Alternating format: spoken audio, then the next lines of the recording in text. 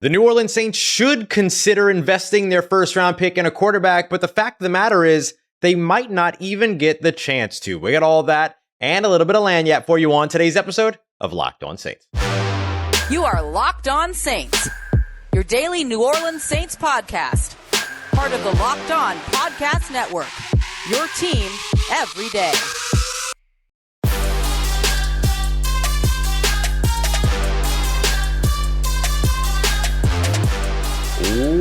What is good, Who Dat Nation and Who Dat family? Welcome into another episode of Locked On Saints, your daily podcast covering your favorite team, the New Orleans Saints, part of Locked On Podcast Network, your team every day. Thanks so much as always, making Locked On Saints your first listen of the day every day. Don't forget we're free and available on your favorite podcast app and on YouTube as well. And I'm your host, Ross Jackson, at Ross Jackson Nola on Twitter, your New Orleans Saints expert, credential member of the media, CrescentCitySports.com, USA Today's Saints Wire, Tuesdays on Locked On NFL, and here with you every single Monday through Friday on Locked On Saints. Today's episode of Locked On Saints is sponsored by BetterHelp. It's not a crisis line. It's not self-help. It is professional therapy done securely online and available to people worldwide. And right now we have a special offer just for our listeners. Get 10% off of your first month at BetterHelp.com/LockedOn. Tell you more about them in a little bit. But on today's episode, it's Mock Draft Monday. We've got 2 5-round mock drafts for you. The one that we'll do a little bit later is going to be kind of taking the safe route, but still building out the New Orleans Saints should they stand pat. But we're going to look at one before that about investing in weapons on the offensive side, which could include trading up for one of the better weapons in this year's NFL draft. But first, should the New Orleans Saints invest their first-round pick on a quarterback? They should, but they might not get the chance to. So there's 2 different reasons why the New Orleans Saints, or 2 different sort of scenarios in which the New Orleans Saints would invest a first-round pick in this year's draft on a quarterback. The first of which would be standing pat at 29, right? This is the easy one. You stand pat at 29, and then if there's a 5th quarterback on the build there, whether it be Hendon Hooker or maybe like another one of these other guys a little bit higher, I can imagine behind the top 4, which would be Bryce Young, CJ Stroud, Will Levis, and then of course Anthony Richardson. That anybody's really between Richardson and Hendon Hooker, but some people have Tanner McKee up there. Some people even have Aiden O'Connell up there, the Purdue quarterback. We'll discuss him a little bit later and why I don't buy into that stock. But Hendon Hooker is probably the one that makes the most sense. So if the Saints feel really good about the medicals, if they're not too concerned or too worried about that, if Hendon Hooker's estimation of being ready for training camp is, correct, then the Saints could potentially invest their 29th overall selection there, which is effectively a 2nd-round pick with a first-year option. So that's the value of the first-round pick. 5th-year option. So that's the value of the first-round pick because you don't get the 5th-year option with any other selections. That's one scenario. The other scenario is that a quarterback that is of that top 4, once again, Bryce Young, CJ Stroud, and then of course Will Levis and Anthony Richardson, you can have them in whatever order you like them, but very unlikely that this would happen.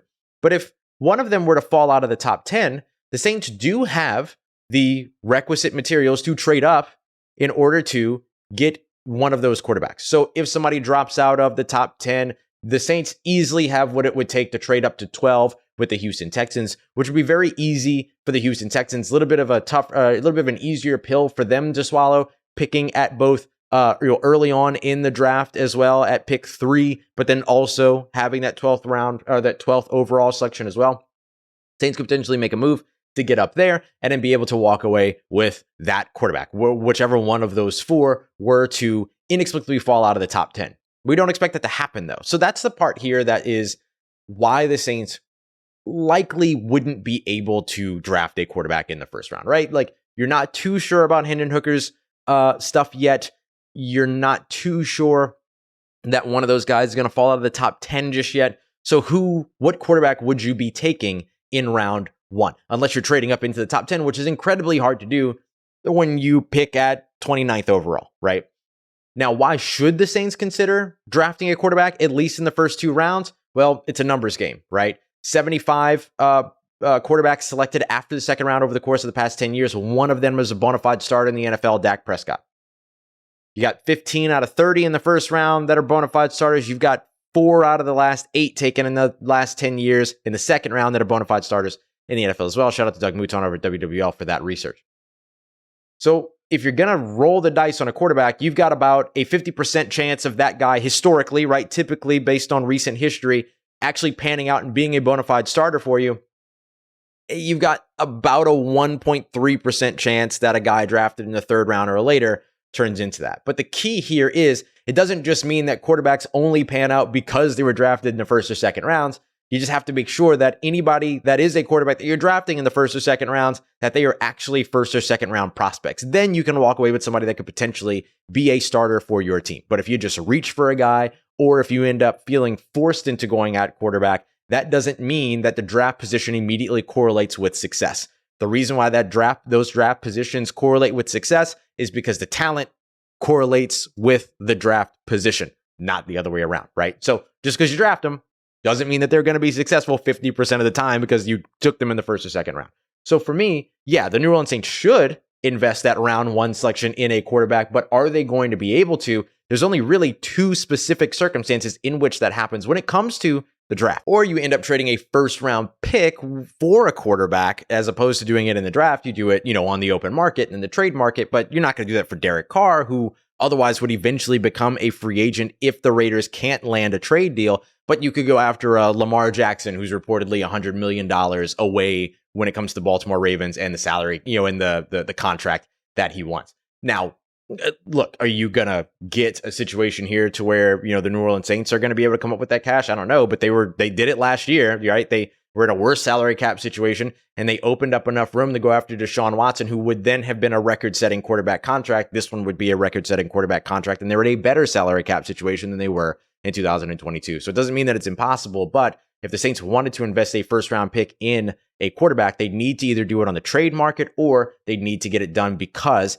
a top quarterback fell out of the top 10, which just doesn't seem likely. So what could the New Orleans Saints do with their first-round pick, picking at 29th overall? Well, we got two mock drafts for you that we're going to take a look at. The first one is going to be a 5-round mock draft in which I have a lot of fun. And this one is all about loading up the offense, going out and getting an unfamiliar weapon from a very familiar origin. So we're going to break that down as we continue on with today's episode of Locked On Saints. Today's episode brought to you by BetterHelp Therapy Online. BetterHelp has been a huge part of my life for pretty long time, actually, a couple of years now. I use BetterHelp all the time to do my therapy sessions and everything. BetterHelp has helped to connect over 3 million people with licensed therapists. It's convenient, it's secure, it's accessible everywhere, anywhere, because it's 100% online, which is one of my favorite parts about it. My other favorite part about it is that they really customize your relationship with the therapist. They really care about this. So you take a questionnaire, tell them a little bit about yourself, then they find a therapist that makes sense for you from a similar background or with experience working in certain things. And that way, that therapist and you can have a real vital connection. And even if you don't, changing is free when it comes to BetterHelp. And again, it's 100% online. So you get all of the sort of benefits of in-person therapy, but you don't have to deal with the traffic. It's a lot more convenient, it's a lot more accessible, and it's a lot more affordable as well. BetterHelp has it all taken care of for you. Get unstuck with BetterHelp. You can also learn more and save 10% off your first month at betterhelp.com/lockedon. That's BetterHelp, HELP.com/lockedon. Today's episode also brought to you by our friends over at FanDuel. The Super Bowl is right around the corner, and we want to make sure that you're getting in with our new sports betting partner here, the number one sportsbook in all of America, FanDuel. If you download the FanDuel app now, you're going to be able to place a Super Bowl 57 bet with the no sweat first bet. You'll get up to $3,000 back in bonus bets if your first bet doesn't win, which means there's no losing. FanDuel lets you bet on everything from the money line to the point spread to who will score the first touchdown, color of the Gatorade, all the fun stuff, and what we like to call betting Christmas here in the world of sports when it comes to the Super Bowl. FanDuel Sportsbook app is safe, it is secure, and it's super easy to use as well. And best of all, you get paid your winnings instantly. So join FanDuel today at FanDuel.com/lockedon to claim your no sweat first bet on Super Bowl 57. That's FanDuel.com/lockedon. Make every moment more with FanDuel, the official sportsbook partner of the NFL. All right, family, continuing on with today's episode of Locked On Saints, part of Locked On Podcast Network, your team every day. The New Orleans Saints have the fodder that they need to have a very fun and effective 2023 NFL draft. Now, barring them trading away some of those draft assets for a quarterback, which could potentially be a thing that the New Orleans Saints look to do, they walk in with the entire set of draft capital that they're set to have in 2023 and 2024, their possibilities are pretty, let's just say, exciting. So here's what I did, right? I wanted to have a little bit of fun. Last year, the New Orleans Saints traded up with the Washington Commanders in order to draft Ohio State wide receiver Chris Olave. So this year, I traded up to start off this mock draft from 29 to 16, which cost me some future draft capital, things like that. I got another 5th round pick back so that I could trade up with the Washington Commanders and draft Ohio State wide receiver Jaxon Smith-Njigba. Now, I know this is me being greedy. This is me being selfish, whatever. I'm here to have fun. That's what this first mock draft is all about. Why Jaxon Smith-Njigba? Well, he's already got a ton of chemistry with Chris Olave, and he's an incredibly talented wide receiver. He's somebody that very likely, if he, Garrett Wilson, and Chris Olave would have come out of college together last season, there's a chance that JSN, Jaxon Smith-Njigba, would be the first wide receiver off the board. That was a huge talking point that, well, this guy might actually be the best one of the three. So now you grab him, you bring him, you put him back across from Chris Olave, you move Rashid Shaheed around. Really, you move any of these guys around because they can play all over the field. And Jaxon Smith-Njigba gives you a great complement to the speed that they have on the other side, with good speed himself, a good route technician himself, and great in the contested catch realm as well. So you get exactly the type of wide receiver that you need opposite Chris Olave, and along with Rashid Shaheed would be a lot of fun. This is the kind of move that you make if you don't sign a top wide receiver free agent. So let's say they don't go out there, they're not able to get Allen Lazard, they're not able to get one of the other top guys out there, but they want to make sure that they are investing these top 100 picks on premium positions. Bam, that's a big one for you right there. Wide receiver Jaxon Smith-Njigba to the New Orleans Saints. Next up, round 2, pick 40, I went with North Dakota State University offensive lineman Cody Mauch. Now, Cody Mauch is somebody that is going to be listed as tackle depending upon where he's at, but because of his height, because of his arm length, all of those things, he's very likely going to be moved inside when it comes to guard or to guard when it comes to the NFL. At the Senior Bowl, he was excellent. They moved him all around. He was awesome, played extremely well. I don't think that people really raise their stock in the Senior Bowl unless they have an electrifying performance like Tajay Sharp had, or Tajay Sharp, I knew I was going to do it eventually, Tajay Spears had over the course of the week and the practice week in particular. But Cody was somebody that was very, very, staunch. He was not being moved off of his spot, very physical, reminds me of, the offensive linemen that have been getting drafted from North Dakota State here over the past couple of years. They've been producing pretty well, and Cody Mauch is a big part of that. Now, he's listed as a tackle, so there's a chance that he could go in round 1. You're seeing some mock drafts that are putting him up in round 1, but because he's probably going to be drafted as a guard or moved to guard at the next level, it seems unlikely. Interior offensive linemen usually push down toward the bottom part of the first round, and guys that you don't have a ton of tape on actually playing the position, but that you're having to translate them to a position, usually knocks them out of the first round. So at pick 40, he was an easy grab for me. Round 3, pick 71, Jerzon Newton. I love this guy. He's an interior defensive lineman from the Fighting Illini, standing at about 6'2", 295 pounds. He's very David Onyemata-esque, rather a compact but big guy. Here's some of the things that he did from the team website that are really impressive. He led the Fighting Illini, who were the number 1 scoring defense in the nation. He led them in tackles for a loss with 14, sacks with 5.5, quarterback hurries with 11, as well as fumble recoveries with 2. He also tied for the national lead when it comes to quarterback hits at 19, according to Pro Football Focus. And he led all Power 5 interior defensive linemen with pressures at 59, which was 7 more than the next person on that list at number 2. Once again, that is from Pro Football Focus, who also has him as the number 26th graded player in the nation amongst their College 101. So me being able to get this guy in the 3rd round is awesome. Wrecking ball, really impactful, really effective player. And again, an exciting one because you want to really rebuild that defensive line. Now, I couldn't go throughout this entire draft without at least taking a quarterback, so I went ahead and went with Aidan O'Connell here. This is the 5th round selection, pick 148. Aidan O'Connell coming out of Purdue. There's a lot of excitement around him, but here's what I notice. When I hear people talk about Aidan O'Connell, what do they talk about? They talk about him being competitive. They talk about him being tough. They talk about his composure, all of that.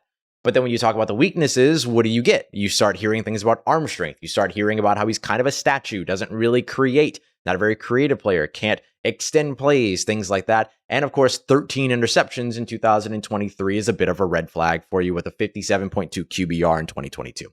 So I made this pick to tell you that if the Saints made this pick, I would call it a bad pick. A lot of times we spend so much time going into mock drafts and trying to do the best that we can. Let me be realistic with you. If you're not drafting a quarterback in the 1st or 2nd round, don't draft a quarterback. Don't worry about it. If those guys are not good enough to be selected in the 1st or 2nd round, then they are not good enough to be selected when you need a starting quarterback right away. You want a backup quarterback? Aidan O'Connell is your guy. You have a starter that's already ready to go, but you want to get a young guy you could try to develop behind him, a la the Tennessee Titans and Malik Willis. Draft that quarterback. Right? Atlanta Falcons kind of did it the wrong way, right? So, well, no, because even they had Marcus Mariota in the building. So I understand a little bit of the excitement around Aidan O'Connell. Not my guy. 6'3", 210 pounds, good size, pretty good size. But he's just not the person that's going to make all the throws that you need him to make. Gets really pushed off of his spot in with pressure, things like that, because he can't move around. And we talked to Jeff Ireland last week. What did Jeff Ireland tell us? He said he likes the mobile guys. Got to be able to throw when you're hurt, but he likes the dual threat guys. Aidan O'Connell, very much not that. Next up, pick 152 in round 5. Thomas Nkoum out of Central Michigan, an edge rusher.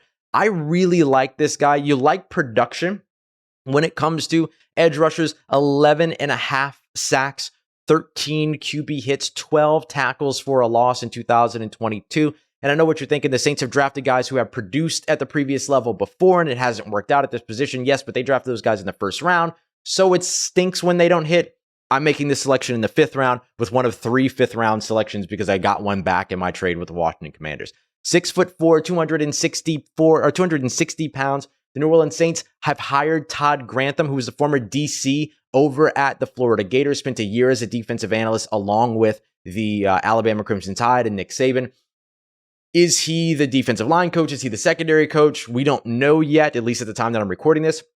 But the Saints have hired him and added him as an assistant coach to the defensive staff. He is, as Trey Dean told me, the Florida Gators safety, he is, Todd Grantham, a defensive line specialist. This guy, Thomas Nkoum, matches what type of player Todd Grantham has very much liked in the past. You look at some of the guys that he worked with, like a Brenton Cox, for instance, right? 6'3", 252 pounds. So right around that same thing, but you've got the numbers. Brenton Cox is somebody that could be on the radar there, but 2 sacks, 2 quarterback hits, not a lot of production in his career. Thomas Nkoum, a ton of production in his career. So you blend the two. You get Todd Grantham, if he is going to be the defensive line coach, somebody that is of the frame that he likes, but that has produced and put the numbers up on the board. And then finally, at pick 168, my last of the 5-round picks, Kenny McIntosh, the running back out of Georgia, about 5'11", 200 pounds, incredible pass catcher out of the backfield.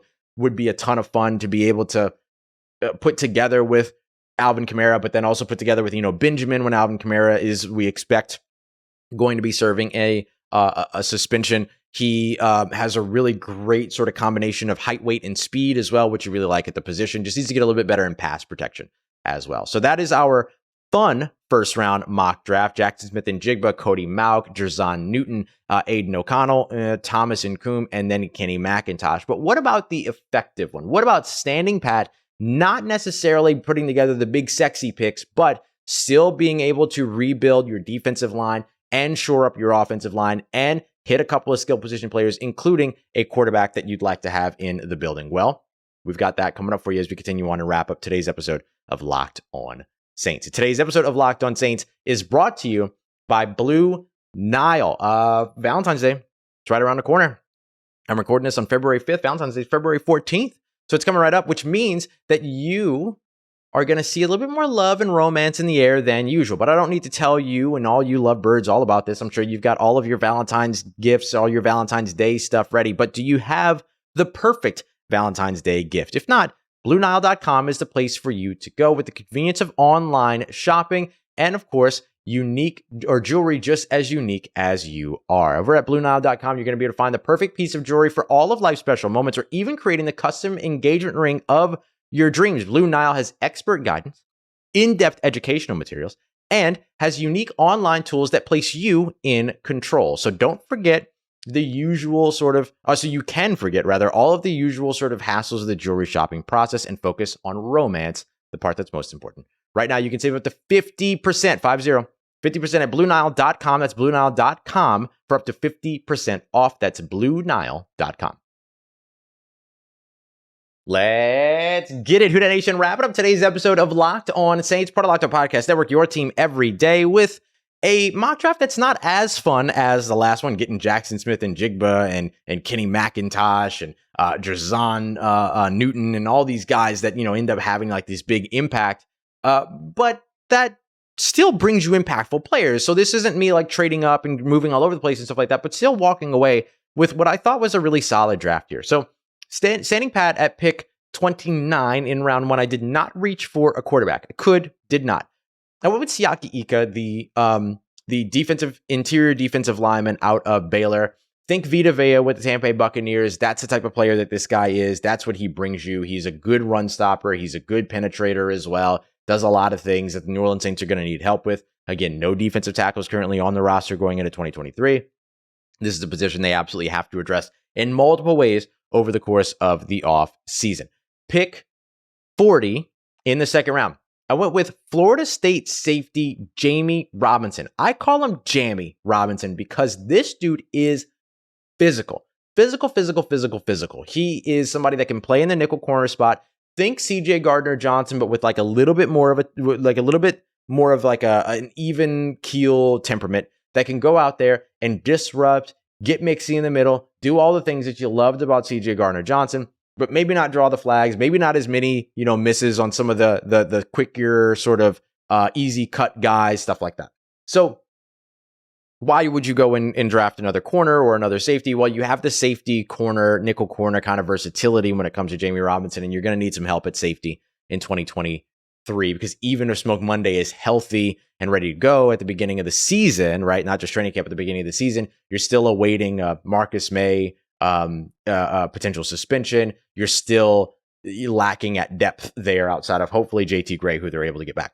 Now, you bring in a guy like Jamie Robinson, it helps you if Bradley Roby goes away, if Chris Harris isn't around, and you're not sure yet you're going to be able to cross-train either Paulson Adebo or Alante Taylor into the slot. So getting one of these guys that can kind of serve multiple roles for you, good idea. I broke my rule here. Round 3, pick 71. I went ahead and grabbed Hendon Hooker. I did that so I could tell you this. I spoke with several scouts over the course of the Senior Bowl that said Hendon Hooker is a top 100 prospect, but many of them had doubts about him being a top 50 prospect. So I mocked him here at 71, which is against the rule that I've begun to institute for myself, which is that if you don't draft a quarterback in the first 2 rounds, don't draft a quarterback. But Hendon Hooker is somebody I would take in the second round. So again, it's not just about the draft position. It's does the talent match the draft position? I would take him in the second round, but I'm taking him in the third round because it's in the range that things, that these scouts have sort of looked at for him. Top 100, not necessarily top 50, at least at this time. We'll see how things change over the course of the draft process. So this would be me breaking my rule. Took him in the third round, but he's, in my mind, a second round prospect, so I don't mind Hendon Hooker at a later point in the draft. Round 4, pick 115, Roschon Johnson, the running back out of Texas. Dude's an absolute bowling ball. You want somebody that is going to be, no. He's not a bowling ball. He's a wrecking ball. Let me respect that man. Size, power, vision. He does it all. He's got every bit of it. The only thing you're kind of worried about with him is that if you ever need him to go do anything that's not downhill, right? Get around and catch an edge or win the edge, things like that, get to the corner of an offense. Those things, you're exchanging, right? You're exchanging to not have the outside zone guy so you can have the inside zone guy, or you want the counter guy, you want the smash guy. That's the guy that you want, right? So if you want that guy, then Roschon Johnson's a great pick for you. He's at about a little bit over 6 foot, around 225 pounds. So he's a little bit taller, but he feels a lot like Latavius Murray and what the New Orleans Saints had in him. So you want to see him develop maybe a little bit more as a pass catcher, but he's still a very willing blocker as well. And he brings you, actually, I'm going to say he's more than a willing blocker. Like, he's a really good pass blocker as well. So he gives you all those things that still make him, even though he's not a receiving threat, someone that the defense has to respect in the passing game, because he could just sit back and be a pass blocker for you and be an additional offensive lineman effectively, because he plays that role really, really well. Round 5, pick 148. Emil Ekiyor Jr., son of Emil Ekiyor. He played 5 years in the NFL. He's an interior offensive lineman from Alabama. He's got 40 different starts over the course of his career. He can play left guard or right guard. Really, really physical. Has a ton of experience. Like I said, 40 career starts. And he is, you like him in the passing game and you like him in the run game. So he's a little bit of kind of a scheme versatile guy, where if you're run heavy, you're pass heavy, whatever, he gives you really good play on the interior. You're going to probably see him fall a little bit because of arm length, but we've also seen short-armed guys excel in the NFL time and time again. So I'm not too worried about arm length, but you are going to want to kind of get him with Doug Marrone, get him with Zach Strief, get him with Jari Evans if he's back with the coaching staff next season, and build up his technique a little bit, build up those fundamentals a little bit. But once you do that, this guy could be a starting guard in the NFL early on. My homie Keith Sanchez over at the Draft Network loves him. That's the guy that helped to put together the 2019 LSU National Championship game. So I think I want to trust him. You know what I'm saying? I think I'm going to trust him. And so Emil Ekiyor Jr. is somebody that I am actually pretty excited about. And we'll watch more of, but I really, really like him and think he could be somebody that, if you're worried about Andrus Pete's future, if you're worried about the contract, whatever, you've got Ekiyor Jr. who could potentially walk in and step into that role. If you're worried about injuries, you want that backup anyway, and you want to build up with starting talent. He's a guy that you could find that with. And then round 5, pick 168, I went back to Central Michigan, took Thomas Nkoum again, because I was tired of not taking an edge rusher. I feel like you have to invest in the edge rush position during this draft, and that's a spot where in that 5th round, because I got that extra pick in the first mock draft, I went with Nkoum. This time I didn't have that extra 5th round pick, so I took him when I rolled back around at pick 168. And again, 11 and a half sacks, performed extremely well, has a bunch of numbers, matches the fit in terms of what the New Orleans Saints like at edge rusher, but has the production in the previous level, and doesn't have all of the maybe fundamental things. You want to improve his hand fighting a little bit, but that's really about it. All right, so once again, that is Siaki Ika, that is Jamie Robinson, Hendon Hooker, Roschon Johnson, Emil Ekiyor Jr., the guard out of Alabama, and then Central Michigan edge rusher Thomas Nkoum. So those are our 2 mock drafts for the day, and how the New Orleans Saints could really go about this. If they want to trade up and get spicy, they could do that. If they don't want to get spicy, they could stand pat and still find ways to really bolster their team. And then the quarterback market is one that's really, really interesting. Coming up tomorrow, speaking of quarterback market, should the New Orleans Saints trade for Lamar Jackson? Is that a reality? Is that something that can happen? And based upon last year's events and the pursuit for Deshaun Watson, let's just say that money wouldn't be the issue. We got that coming up for you on tomorrow's episode of Locked On Saints. Appreciate you as always, making us your first listen of the day every day. For your second listen, make sure you go and check out Locked On NFL.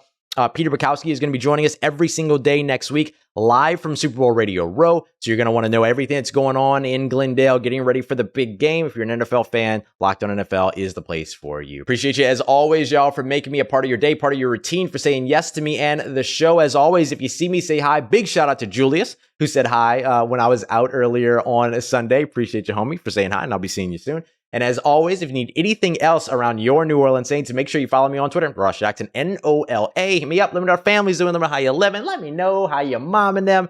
And trust you, that nation. I'll holla at you.